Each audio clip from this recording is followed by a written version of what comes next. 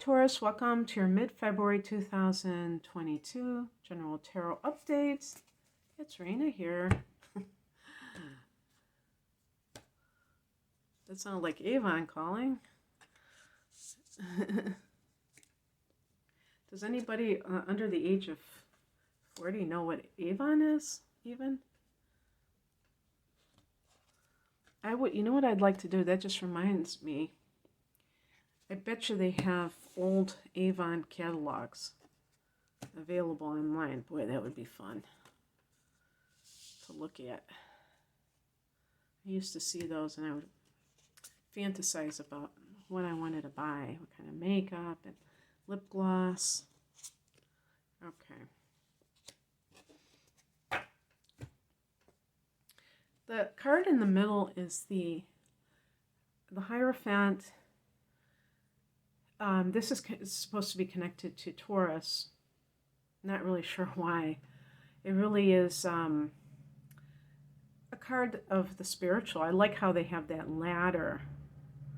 It's like kind of a more, the Rider-Waite deck has that depiction of the Pope or the papal, I don't know what they call it,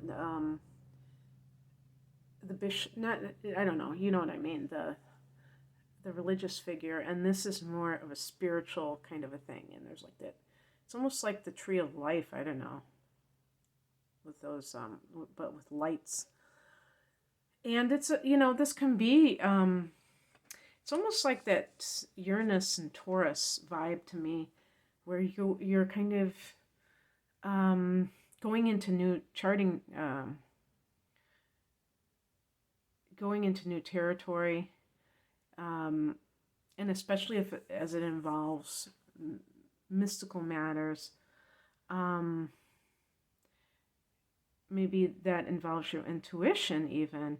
But the Hierophant also can be about marriage and this sense of tradition. So sometimes it can represent conformity. I think of Taurus as a pretty conservative sign. It doesn't always go along with, political ideas. Sometimes it can be a little bit beyond that. It can just be like... So, in the past position, we have the Six of Wands. This is a card of taking your bow. And wands is fire energy. And I don't know if this is supposed to be a laurel wreath, and that's a card of, I don't know if you call it victory, and so, like, for instance, because fire energy is represented here, this can be like,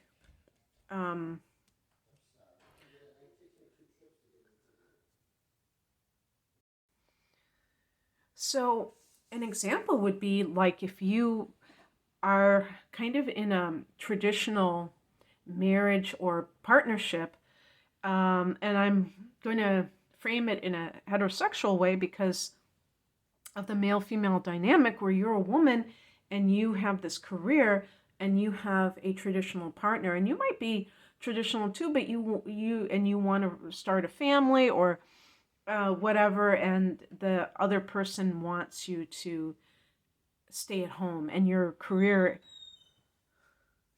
is going really well.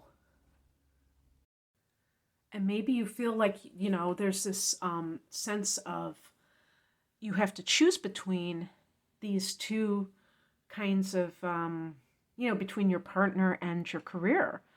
And that can be difficult for you because you might actually believe that that person is right and that you are doing something wrong.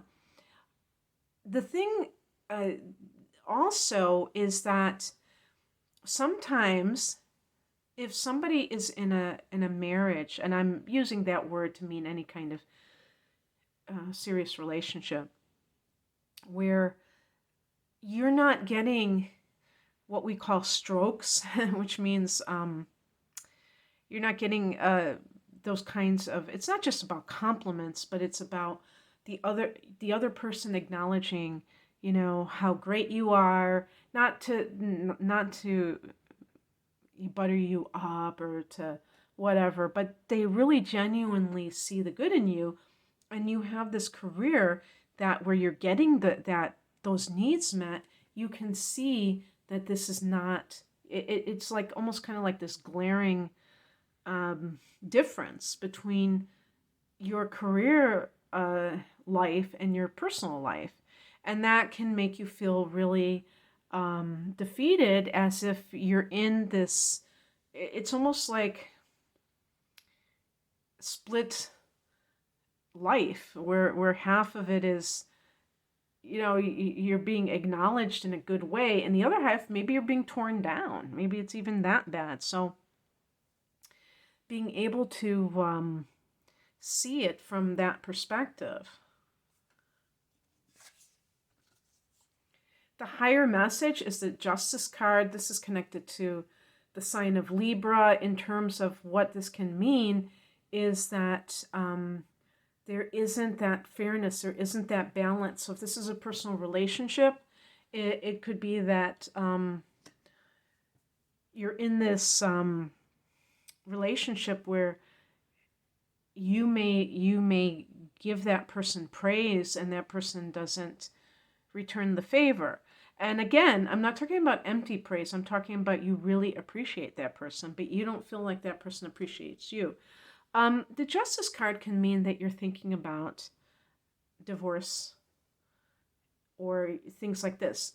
It's important to note that in 2022, because there are eclipses in Taurus and Scorpio, the issue of you as an individual opposed to your partnership will be front and center as a theme because of these eclipses.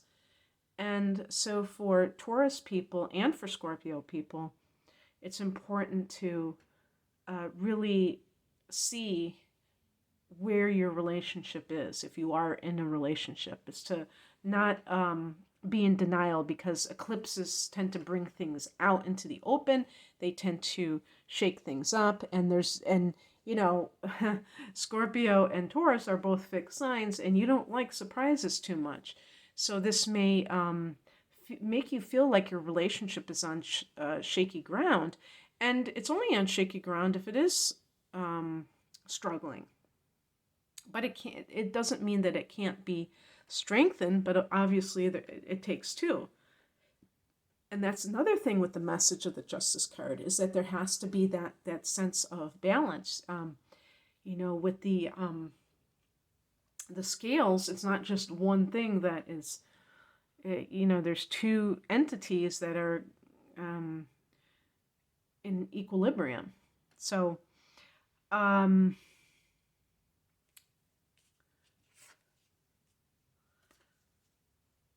what crosses you is the Queen of Swords. So this, to me, if this is somebody else, this can be a person who is really,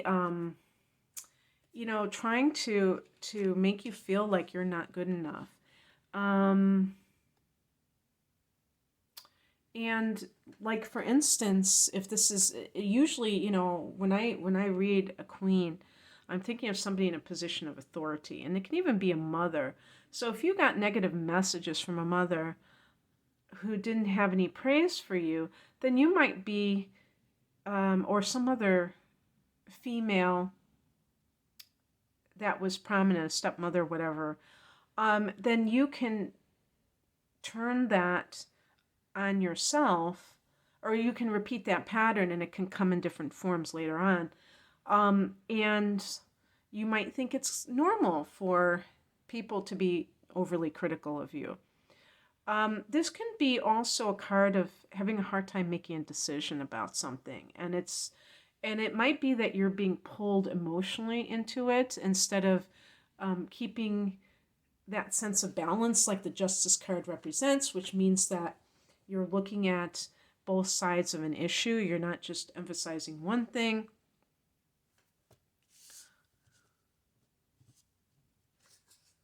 What's coming in is the Knight of Cups. This is a very romantic card. And this is like your perfect kind of person, somebody who's romantic.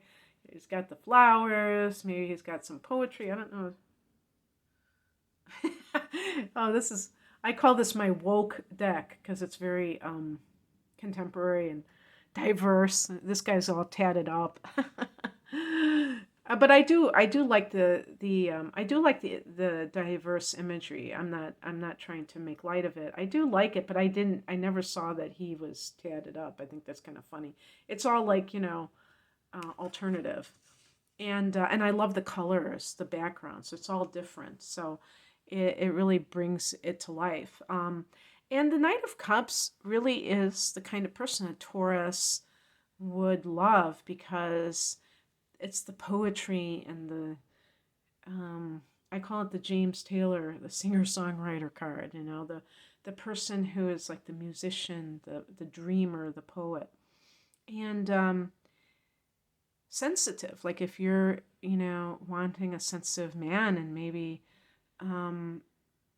you're with someone who's insensitive to your needs, you're going to make space for that person if you make a decision that is in your best interests.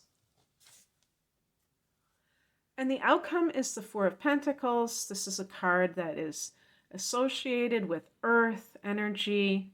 The Four is that grounding influence. And it's about things that have a tangible quality to them. But in terms of, the Knight of Cups can even be like an offer that comes to you.